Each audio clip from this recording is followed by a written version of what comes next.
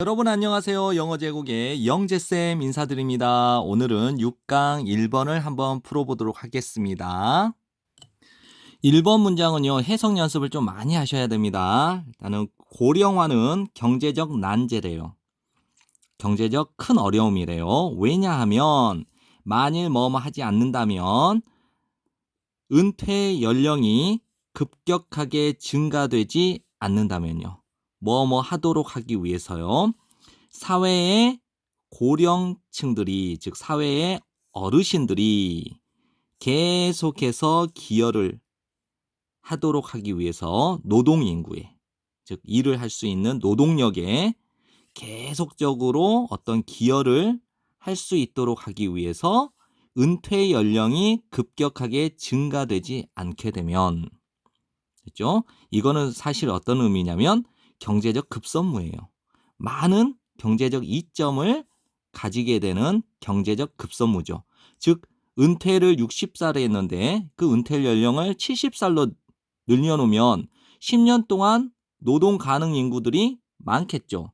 그러면 전체적으로 봤을 때 경제적으로 많은 이점이 있을 거 아니에요. 그렇죠? 그래서 이 은퇴 연령이 급격하게 증가가 되지 않게 되면 어떻게 되냐면 노동 가능 인구는 떨어지잖아요. 감소하잖아요.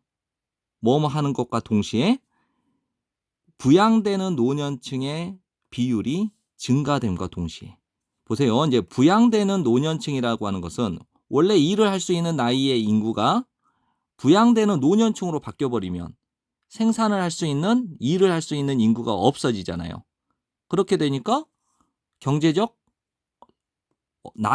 경제적 난제가 될 수 있겠죠. 고령화가.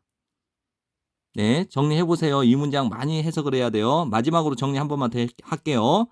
고령화는 경제적 난제인데 왜냐하면 만일 은퇴 연령이 급격하게 증가되지 않는다면 뭐뭐 하도록 하기 위해서 사회의 고령층들이 계속해서 노동 인구에 기여를 할 수 있도록 하기 위해서 은퇴 연령이 급격하게 증가되지 않게 되면 노동 가능 인구는 떨어지게 되겠죠. 뭐 하는 것과 동시에요?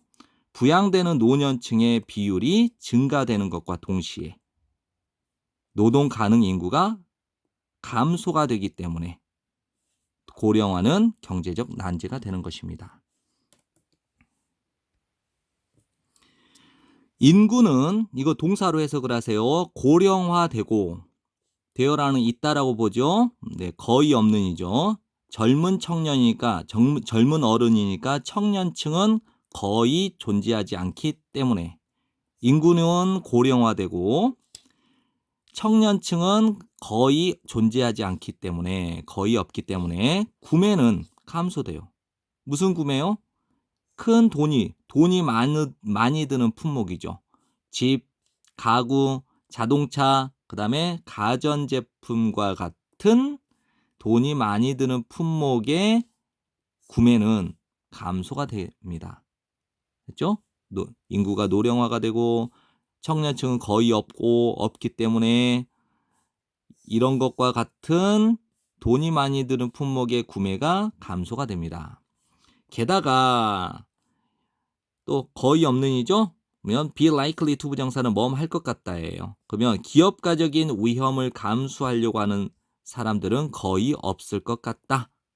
이렇게 이해하셔도 되고요. 아니면 이걸 극소수의 사람이라고 보세요. 매우 적은 사람들이 감수할 것 같다. 기업가적인 위험을.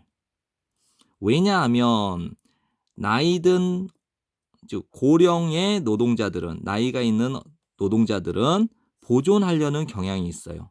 자산을. 그들이 필요한 자산을요. 은퇴하기 위해서요. 편안하게 은퇴하기 위해서 그들이 필요한 자산을 보존하는 경향이 있다고요. 누가요? 고령화된 노동자들은요. 무엇보다는요. 하기보다는요. 새로운 사업을 시작하기보다는요. 다시 한번요. 게다가 기업가적인 위험을 감수하려고 하는 사람은 거의 없습니다. 왜냐하면요. 고령의 노동자들은 편안하게 은퇴하기 위해서 그들이 필요한 자산을 보존하려고 하는 경향이 있기 때문이죠. 새로운 사업을 시작하기보다는요. 자, 이것은 다소 어느 정도 밸런스가 맞게 돼요. 균형 잡히게 됩니다. 즉 상쇄됩니다. 사람들에 의해 어떤 사람이냐면 은퇴한 사람 그리고 출금하는 사람이에요. 그들의 축적된 저금을 인출하는 사람들에 의해 상쇄가 됩니다. 그런데 이제 여기 해석에는요. 전치사 다음에 목적어 다음에 의미상의 주어로 보고 얘를 동명사로 분석을 했어요. 뭐 틀리지 않습니다. 이게 더 이걸 의미상의 주어라고 봐요. 사람들이 은퇴를 한대요. 사람들이 출금을 한대요. 그들의 축적된 저금을요. 다시 한번 이것은 어느 정도 상쇄가 됩니다. 사람들이 은퇴를 하고 이 사람들이 출금하기 때문에 출금해요. 그들의 축적된 저금을 출금하는 것에 의해 이래도 되고요. 이것은 어느 정도 상쇄가 됩니다.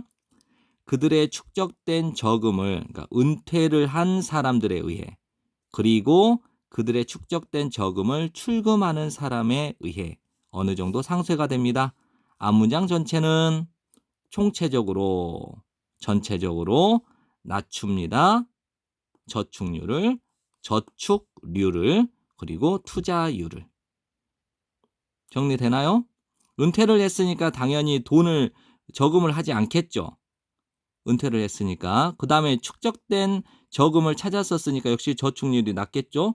그리고 아까 위에서 보시면 기업가적인 위험을 감수하려고 하지 않잖아요. 그러니까 투자율도 낮춰지겠죠. 내용 정리 한번 들어가 보겠습니다. 1번의 내용은요. 결국 고령화는 경제적 난제래요. 2번은요. 인구가 고령화되고 청년층이 더 적기 때문에 돈이 많이 드는 품목들의 구매는 당연히 줄어들겠죠. 근데 3번을 보세요. 3번은 고령의 노동자들의 특성은요. 필요한 자산을 보존하는 경향이 있기 때문에 기업가적인 위험을 감수할 가능성이 없겠죠. 더 줄어들겠죠. 그리고 은퇴한 사람들은 이때까지 축적된 저금을 찾아서 쓰잖아요. 그렇기 때문에 총체적으로 보면 저축률과 투자율은 낮아질 수밖에 없는 거겠죠. 예, 지금까지 고생하셨습니다. 여러분 고맙습니다.